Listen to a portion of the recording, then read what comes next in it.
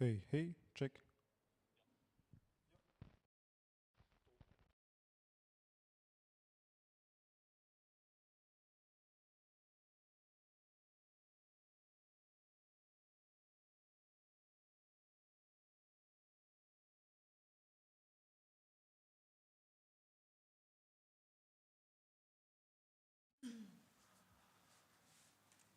Good morning, welcome everyone, and sorry for this late start. We had a little technical hiccup, but thanks to the technicians, we managed to get it online and live. Welcome for those who are joining online. This is a short press moment to launch this important statement signed by 600 civil society organizations and trade unions worldwide. We're launching this today in Brussels because there's an immediate urgency. And the urgency will be explained by my colleague sitting to my left. The urgency being that the European Union is basically contributing to a massive violation of human rights, and that in all parts of the world. That is the reason why we had an action this morning in front of the European Parliament, and we are launching this joint statement, which my colleague Angeliki will shortly explain. And we will also today send an open letter to the President of the European Commission, Ursula von der Leyen. So, very shortly, who will be speaking here?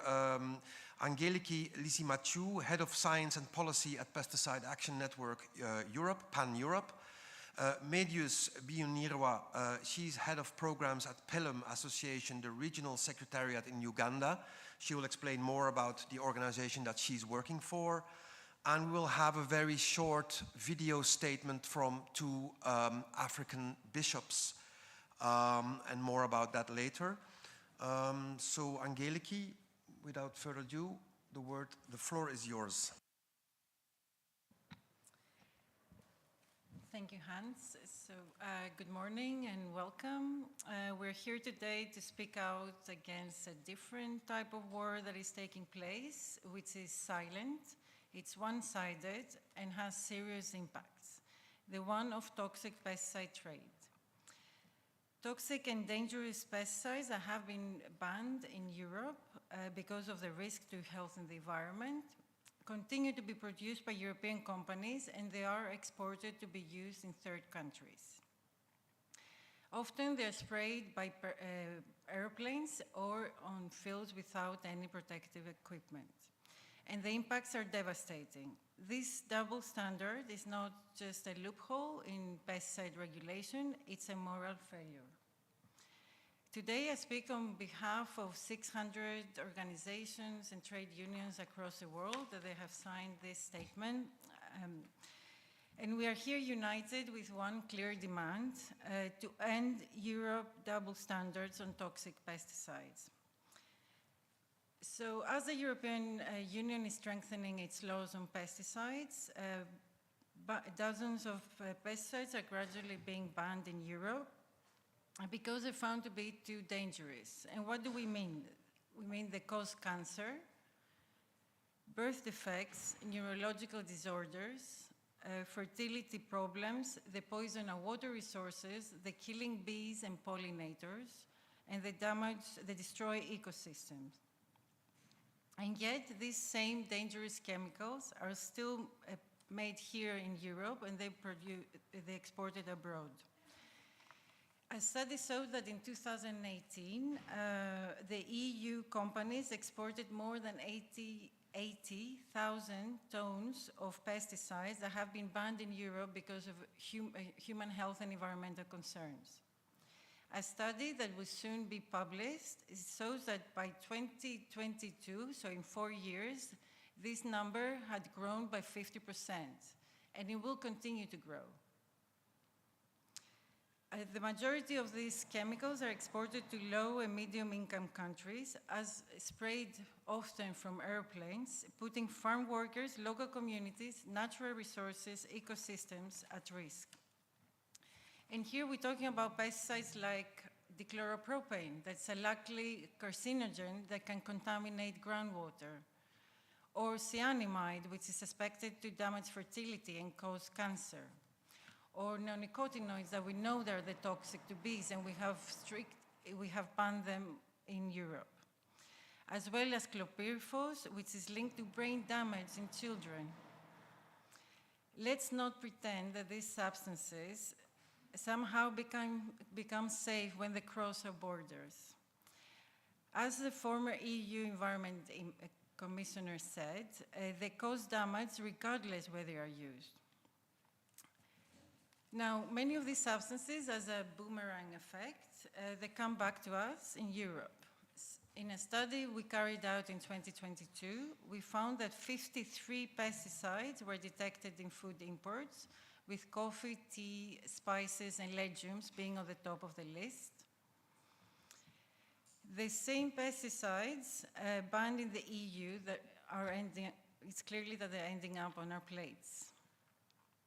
EU consumers are unknowingly exposed to these chemicals that they have been banned for a good reason, but they're also supporting an immoral practice.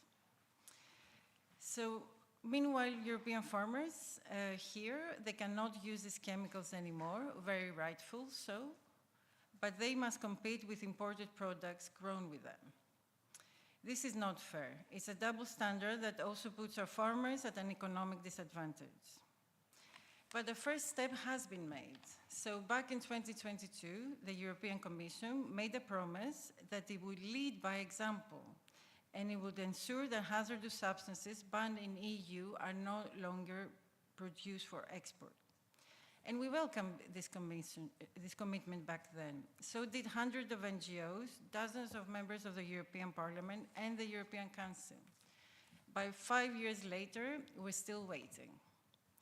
The Commission promised to deliver regulatory measures by 2023, and it started the procedure, but nothing has happened.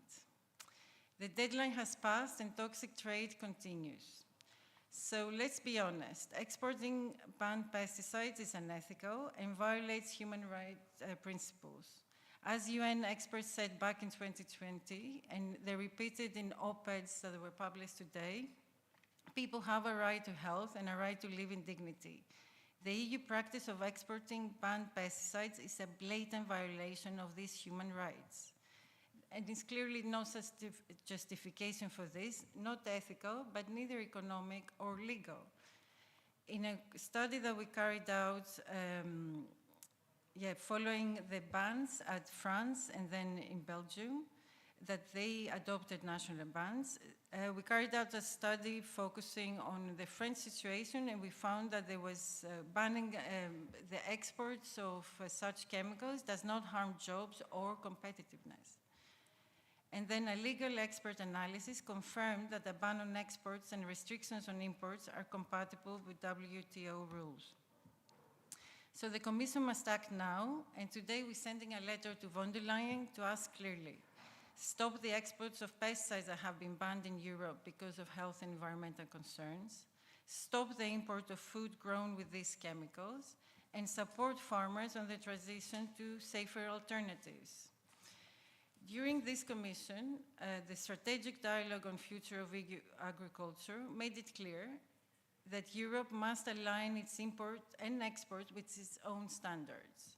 Similarly, in the recent Vision for Agriculture and Food, the Commission committed to address pesticide double standards, and there is strong support for this. We have the Global South, we have European citizens, we have European farmers that want a fair competition, and several member states that were led by Denmark that have recently called upon the Commission to take action. So the EU must now deliver. No more delays, no more excuses. So we urge the Commission to stand by its word and deliver a regulation or regulatory measures to people and nature and not pesticide profits. Because when it comes to pesticides, what's dangerous for Europe is also too dangerous for the world. Thank you. Thank you very much, Angeliki. Indeed, there is broad support for what we're asking for. This is not just a few NGOs in Brussels, and as you might know, I'm saying this with attacks on civil society from certain political families. And the support, as you mentioned, is indeed also coming from UN rapporteurs. And just to mention them very specifically, two that spoke out today, Marcos Orellana, UN Special Rapporteur on Toxics and Human Rights, and Olivier de Schutter, UN Special Rapporteur on Extreme Poverty and Human Rights. So, as Angeliki also mentioned, huge and growing support from other non-EU countries, specifically also in Africa. And this is why we are very happy that Medius Bionirwa, Head of Programs at Pelum Association, is here with us today in Brussels. Reason also being because you'll be traveling to Rome later this week for the EU-African Union Agricultural Ministerial Conference in Rome, as I said. Medius, you have the floor. Maybe you can explain firstly what Pelum is and does. Thank you. Thank you very much. As I've already been introduced, I'm called Medius Bihunirwa. I work with Pelum Association. Pelum Association is a continental network. It's participatory ecological land use management network at continental level. We are made up of 12 country chapters, 14 country chapters in 14 countries in Africa, with a total membership of 357 CSOs, and reaching over 12 million small-scale farmers across the African continent. And here today, I am bringing the voice of the smallholder farmers involved in agroecology and the civil society from Africa on the same subject of toxic pesticides.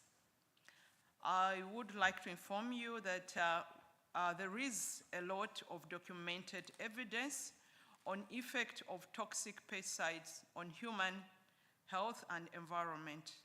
And research findings have revealed presence of these toxic pesticides in water, in food, and the human body. For instance, in Uganda, research findings revealed the presence of pesticides across different water sources in the different regions in Uganda. And they found out that between 11 to 13 pesticides were present in the different water sources across the region. And the top 5 with the highest levels of concentration were highly hazardous pesticides. And 4 of those were banned in the EU, and 1 of them under the Rotterdam Convention.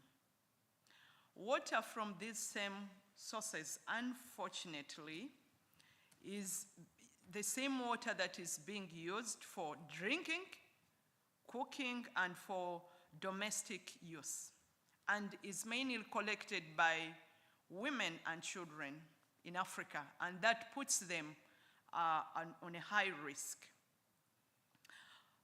For example, mancozeb, a fungicide, was detected in a sample of tomatoes collected from farms and market stalls in Uganda. And farmers are overdosing, overspraying mancozeb to tomatoes even after harvest because they want to increase the shelf life. There is no sensitization and education on how these farmers should be able to use these chemicals. And what are the results is that mancozeb was found in all the tomatoes after the 3 pre-treatments. One of the treatment was washing with cold water, the other one was washing with warm water, and the other one was peeling the tomatoes. But they still detected the pesticides in the tomatoes, although the concentrations were a bit reduced with the peeling pre-treatment. Also, mancozeb was found in samples of urine collected from farmers in the country. And so, what does this mean? And these results, when we talk about these results, the example I've given from Uganda, they are not different from other research findings elsewhere. We all know that mancozeb is suspected to be damaging fertility or the unborn child and suspected to be genotoxic. Mancozeb is also toxic to aquatic life. When we talk about the effect of pesticides in Africa, women and children, like I've highlighted, are really at a high risk because they provide most of the labor in the agricultural sector. They are the ones that collect water from those polluted water sources that they use for cooking and also drinking. Actually, most of the homes do not boil the water. Some of them take this water as polluted as it is. And then the same women and children are involved in collecting plastic bottles for the recycling industries, and some of the plastic containers are containers of pesticides. There are no mechanisms at all for proper disposal of toxic pesticide containers. And you can imagine the havoc it is causing to the life of the women and the children in Africa. And also the life of the consumers, because these pesticides are detected in the food. The effect of pesticides on women is well documented. And there is a lot of research evidence. I think there is no need why people keep asking for evidence. There is a lot of evidence that is already documented that shows the effect on the menstrual cycle for women, miscarriages. There is evidence on spontaneous miscarriages due to the increase in pesticide exposure to women farmers. And also a meta-analysis of 21 studies found that a 10 increase of pesticide concentration was potentially associated with preterm birth, and that a positive trend for human congenital abnormalities were linked with pesticide exposure in mothers, and especially the female farmers. So there is really a lot of evidence that really need action on the part of EU and everyone that is concerned. I'll give an example. Like, for instance, EU is exporting poisons. I will call it poison because to Africa. But EU is expecting good products, that are pesticide-free from Africa. For instance, I'll give an example that Uganda is one of the biggest exporters of organic products, and EU is one of its biggest destinations. But what does it mean? EU still has regulations on organic exports, and the new EU regulation, actually there is the new EU regulation that is even more stricter, when any traces of pesticides are detected in the organic exports or organic foods that come from Africa to Europe, because of the contamination. The farmers in Africa are all mainly small-scale farmers, and then you will find the farmers that are organic in the same area. They are farmers that are using the conventional and the chemical and all this pesticide. And as a result of course, cross-pollination and all that, there is contamination for the organic farmers that are certified. So when these traces are detected, Europe rejects those products from Africa. But remember, these products are carrying the pesticides that you have been manufacturing here and exporting to Africa. Why should you? All our systems and blood are the same, and meaning we are all affected the same way with the toxic pesticide. Our health is affected the same way, whether Europeans, whether Africans, whether Asians, whether Latin Americans. And therefore, we have the responsibility for protecting the life of human beings. As Angelica has already spoken, it's a violation of human rights because humans have a right to health. I would like to also inform you that Africa is no longer going to continue being a dumping site. That one, it's not going to be a dumping site for Europe's banned toxic pesticide. We are on the fight, and we are committed to move with this fight. Because Africa has alternative biosolutions that the farmers are using, and small entrepreneurs are also trying to process these biosolutions that require resources for investment for them to be upscaled. And these are healthy, that can be able to ensure the safety of our food systems and also protect the environment upon which our lives and our food system is based. As African CSOs, we are increasing a lot of awareness. And of course, we are carrying out the campaign and a lot of activism. I must tell you that there is already a lot of activism against these toxic pesticides at local levels, at country, regional, and continental levels. We are using also the media to raise awareness of the consumers on the effects of these toxic pesticides. For we have developed 2 petitions, and one of them is destined to the EU on stopping the export of pesticides, of toxic pesticides to Africa, and the other one is to the African Union, focusing on importation and usage of these toxic pesticides in Africa, because Africa has what you call the Bamako Convention. And many of the African countries have signed this, that is supposed to protect them against these highly hazardous wastes, including the pesticides. So up to now, we have collected 15,463 individual signatures of citizens worldwide, and we are still counting. And we call upon everyone to join this campaign, because it's the campaign that concerns all of us as citizens of this Mother Earth, the planet. The time is now for the EU to implement its commitment in its 2020 chemical strategy and stop the double standards, ban toxic trade in pesticides, and prioritize human and environmental health against profits.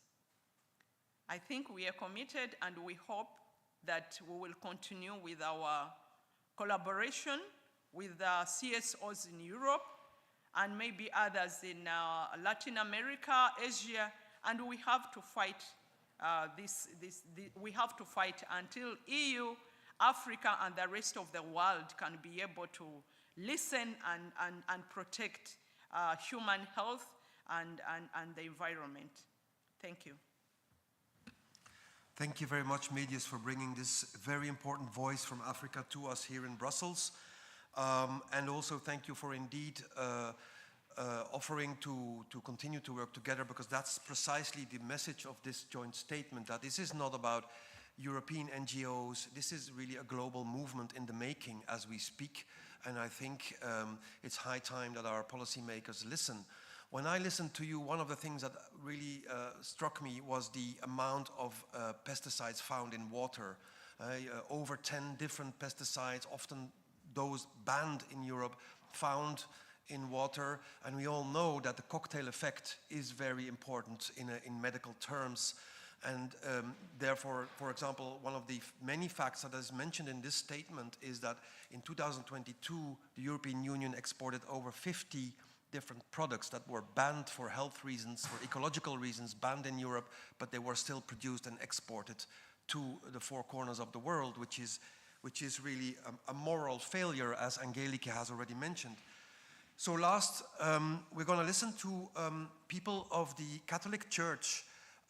It's important to know that SACEM, the Organization of African Bishops, together with Comice, the Organization of the European Bishops, have published at the end of May a joint statement, which I'm going to read a quote from after we have listened to two members of the African SACEM organization. It's a very short video of 2 minutes, which they recorded on their way to Rome, actually, where they're going to join the conference on agriculture from European and African ministers on agriculture. Can I just start it here?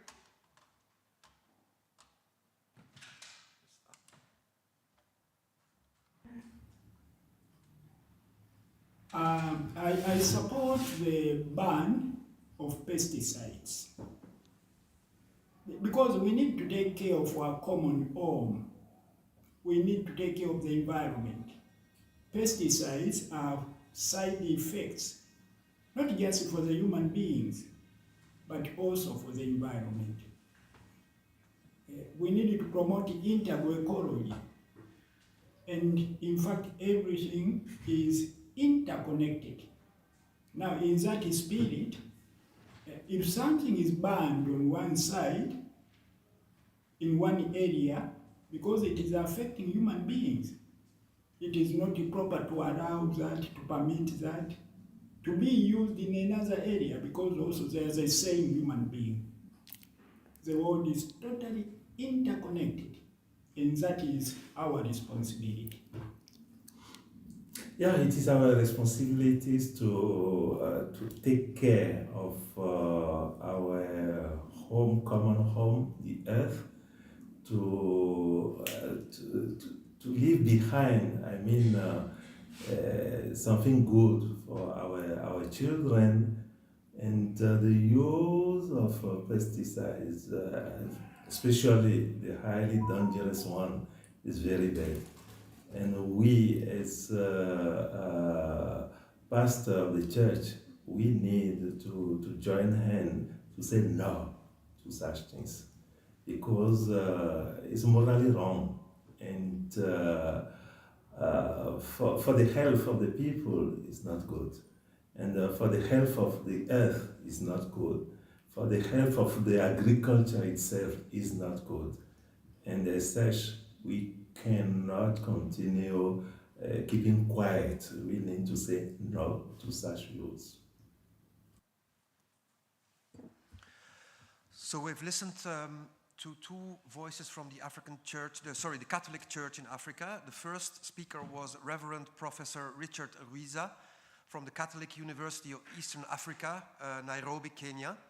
And the second speaker was Bishop Toa Wontachien, I hope I pronounce his name well, from Benin. And so basically they voice the joint statement from the European and African bishops that I already mentioned. And this joint statement will again be spread in Rome on this agricultural conference. And I just wanted to quote from their statement the specific passage on pesticide. So I start the quote. We call for an immediate ban on the export of and use of highly hazardous pesticides in Africa. It is a grave injustice that chemicals banned in Europe for their risk to health and ecosystems are still manufactured there and marketed to African farmers. This is in agroecology, a science, a practice, and a social movement that nourishes the land, respects cultural traditions, and empowers women and youth. Agroecology offers a truly African path to climate adaptation and rural regeneration. It is rooted in the wisdom of our communities and validated by science. It is our future. End of quote. So this is a quote, not from NGOs, but from bishops, from the Catholic Church. And it is a very strong moral call on Europe. And we strongly hope that especially the biggest political family in the European Union, which has a majority in the Council, but also is leading in the European Commission, but also has the ruling voice, let's say, in the European Parliament, that they listen to these voices. And maybe to end with, Medius, now you're here with us, I would like to ask you one question on the alternatives that you ended your contribution with, which is agroecology and the use of biopesticides. Because one of the arguments that we often hear here in Brussels from, let's say, those politicians that don't agree with us, or from the agrochemical lobbies like CropLife, they say, well, actually these exports that you complain about, they are being asked for by African countries, and the farmers there need those products. So it's not up to us in Europe to decide what African countries can and cannot import. What would be your reply to that, those kind of statements? I would say that I think that is the statement is just because of the corporate companies that are promoting their own products. Because if Africa was really interested in these toxic pesticides, then they would not have come with a convention like the Bamako Convention that protects the continent about this. Actually, some of these pesticides come in the guise, others come in the guise of aid. Others will give it to us as aid or subsidized. And you know that the same corporate companies have their promoters, organizations that are promoting them in Africa. They go in the issue of aid, they will put a lot of money, they are putting a lot of money, and they show that this is really needed by Africa. I don't think there is any African or African government that would really like to receive poison. It's like just bringing food. If someone brings 2 plates of food on your table, one with poison and one without poison, you think there is an African who will be able to pick a plate with poison? I don't think, because we have a number of alternatives, and there is growth really that we should be able to appreciate, that there is growth in terms of innovations, agroecological innovations on the continent. Farmers have tried their level base to innovate. There are also small-scale agripreneurs that are also scaling the production of these agroecological inputs. But the challenge is that most of the support, they are not receiving enough support from government or private sector to be able to upscale these existing alternatives that are there. So for us, from the African continent, as CSOs, we are trying to advocate for increased investment in agroecological inputs by our African governments, but also with other development partners that can be that are concerned about these these inputs. And under the CADAP, that is the Comprehensive Africa Agriculture Program, that is the CADAP, that has been implemented for now 20 years, which is part of the African Union 2063 agenda. Now we have the new declaration, the CADAP Kampala Declaration, which has set again the commitments for the next 10 years of implementation that is shaping and one of the areas is on pushing for allocation, budget allocation. They've already stipulated it that 10% of the spending, again, of spending in the budget should be on the agriculture sector.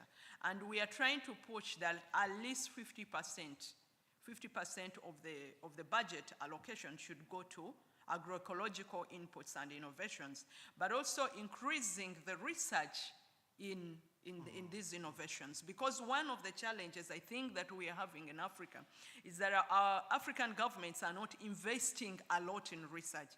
And therefore, the promoters of still the corporate companies are putting a lot of money in research. And what results do you expect when the research is being funded by those that are promoting the corporates. So we think if we can have increased investment for agroecological inputs and alternatives that are already existing, then agroecology inputs and other biosolutions will be available to the farmers. And then we can be able to talk about food safety, we can talk about environmental health, and then we can say, yes, the world is a good place for all of us to live. We have to jealously protect Mother Earth for the current generation and the future generation in Africa, in Europe, in Latin America, in Asia, because we are all living on one planet, Mother Earth. Thank you. Thank you so much for these wise words. And indeed, in Europe, we have the same kind of battles of promoting or not enough promotion of the alternatives and the agrochemical companies basically running the show. Angeliki, you want to have a very fast last word before we wrap it up? Yeah, no, just also to highlight on this study that we did when we looked at what will be the economic impact if European companies stop producing pesticides for export, and we saw that it's going to be very little economic damage, and it won't harm, as I said, jobs and competitiveness, but also that it will help promoting a different type of model. You know, the safer products or alternatives in the best, I mean, ideally would be alternative methods, you know, and knowledge that we can all share as a globe on how to move away from these toxic chemicals. Collective benefits instead of private profits that harm everyone.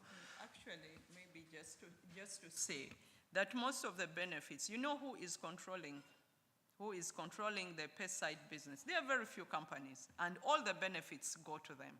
Actually, they are even reaping more from the farmers because the farmers are becoming more dependent on these pesticides. The same companies that produce seed are the same, some of them are the same that are producing this pesticide.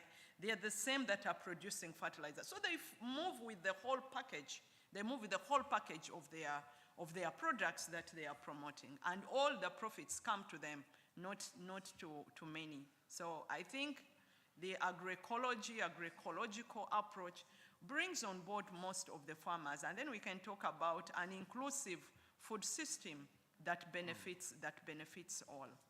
Thank you. And with those words, we will close off. Thank you very much for your attention, and rest assured, we will continue to fight back. Thank you very much.